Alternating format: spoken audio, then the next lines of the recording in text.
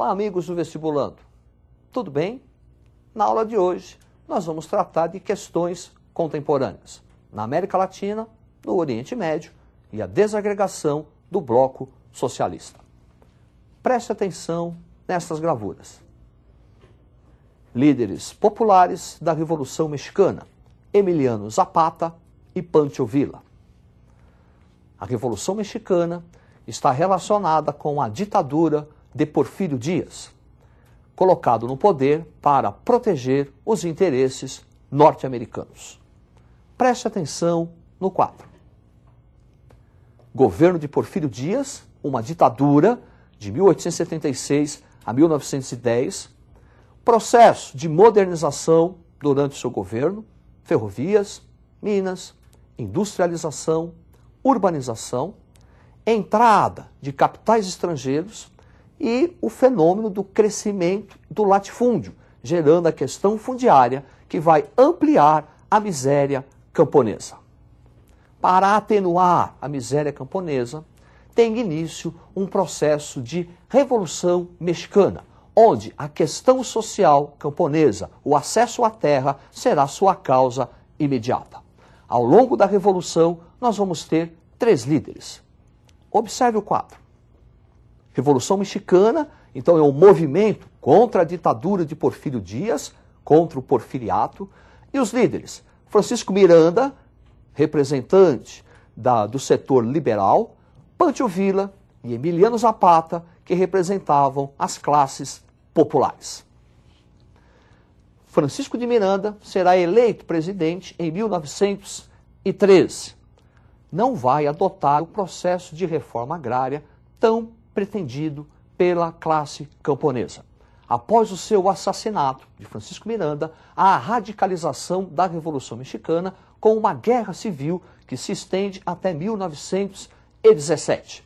Durante a Guerra Civil, Emiliano Zapata, que comandava um exército camponês no sul do México, vai apresentar um plano de ação.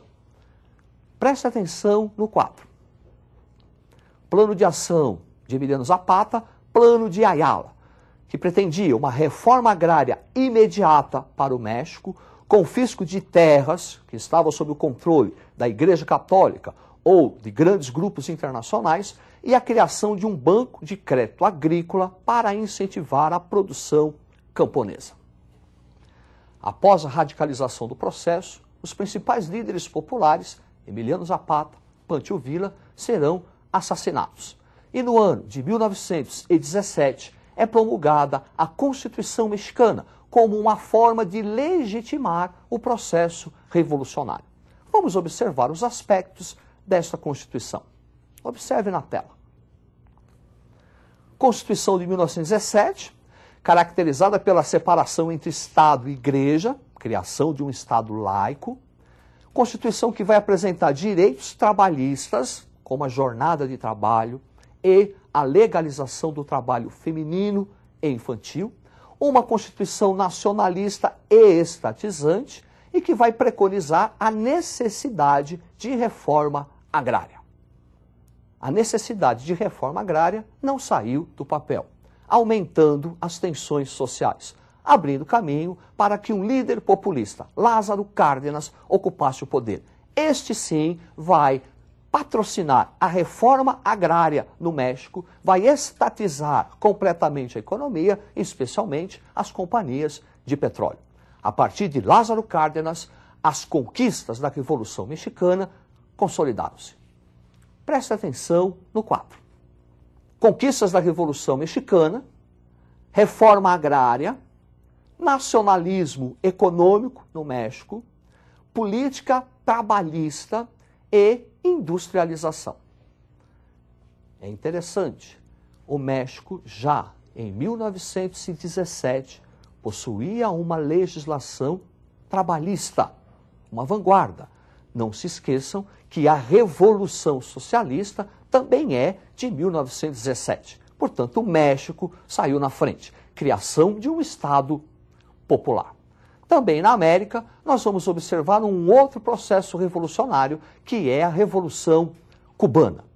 No século XIX, os Estados Unidos faziam intervenções em toda a América Latina, a política do Big Stick. E Cuba não será diferente. Cuba vai conhecer a emenda Platt. Observe. Emenda Platt, de 1902, é uma emenda na Constituição cubana que garante aos Estados Unidos o direito de intervir em Cuba para proteger seus interesses econômicos. Por conta disso, os Estados Unidos vão sustentar a ditadura de Fulgêncio Batista, que estava no poder para proteger os interesses norte-americanos.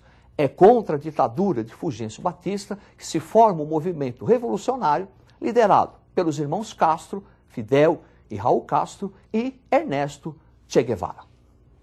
Presta atenção no quadro. Fidel e o socialismo. Então, reforma agrária em Cuba, estatização da economia, erradicação do analfabetismo e o tal do paredão, quando os opositores ao regime foram fuzilados.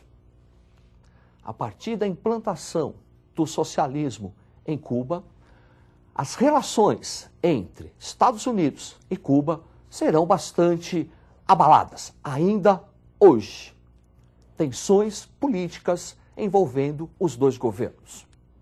Preste atenção no quadro. Então, Revolução Cubana, 1959, choque com os Estados Unidos da América, expulsão de Cuba da Organização dos Estados Americanos, 1962, e a famosa crise dos mísseis em 1962 também.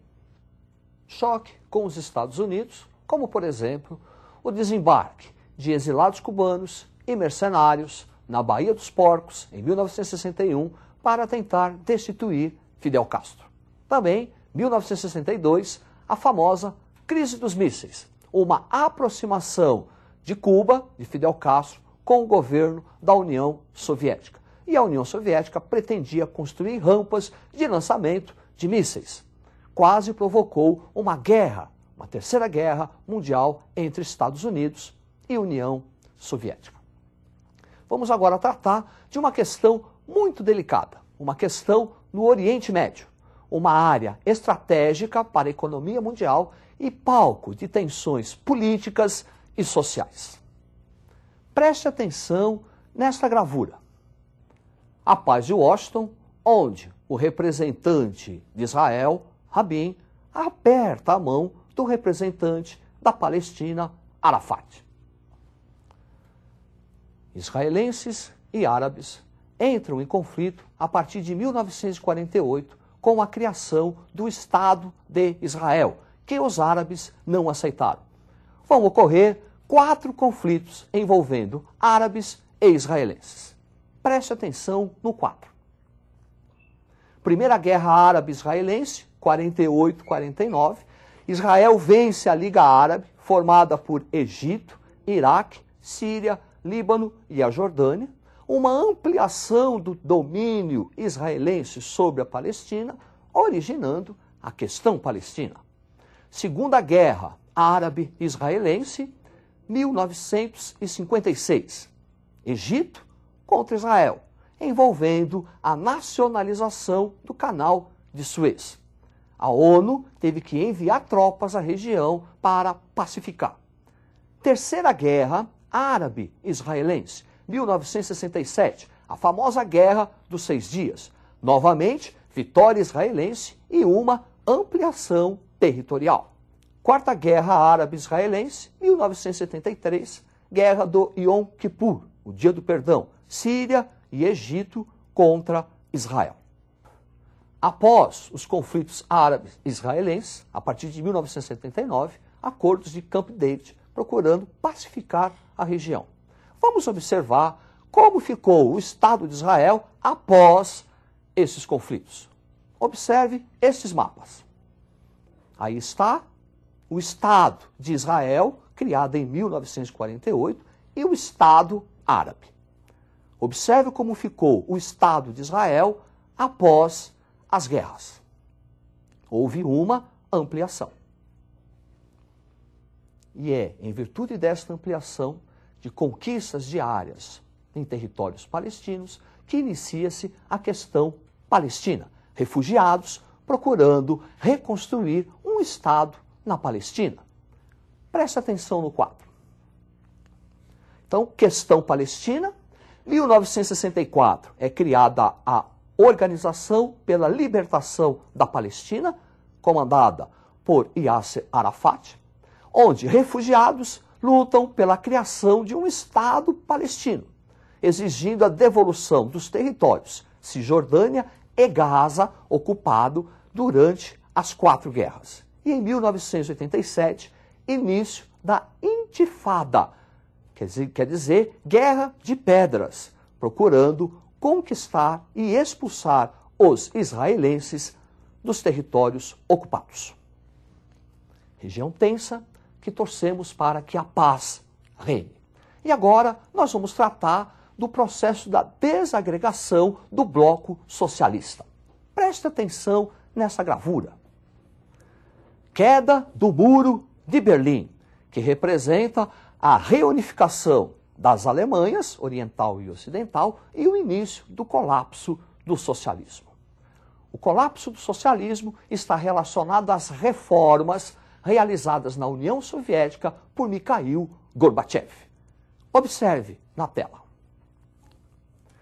Governo Gorbachev, perestroika, reestruturação econômica, glasnost, transparência política.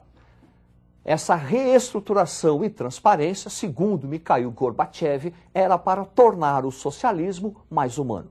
Esse processo de abertura política e econômica reaviva sentimentos nacionalistas, provocando a desintegração da União Soviética e espalha um processo de democracia pelo leste europeu. Observe. Então, na Hungria, 1989, o multipartidarismo, fim do domínio do PC, Partido Comunista, e processos de privatizações. Polônia, 1989, ação do sindicato, solidariedade e reformas. Romênia, 89, revolta popular em Timisoara, que vai resultar no assassinato do líder e ditador Nicolau Ceausescu. Alemanha Oriental, queda do Muro de Berlim. E na Iugoslávia, guerra civil envolvendo lutas étnico-políticas. É isso aí.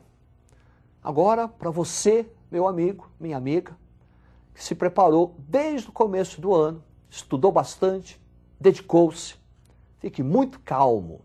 Confie em você, confie em sua capacidade, que você vai realizar seus sonhos. É isso aí, tudo de bom e até a próxima.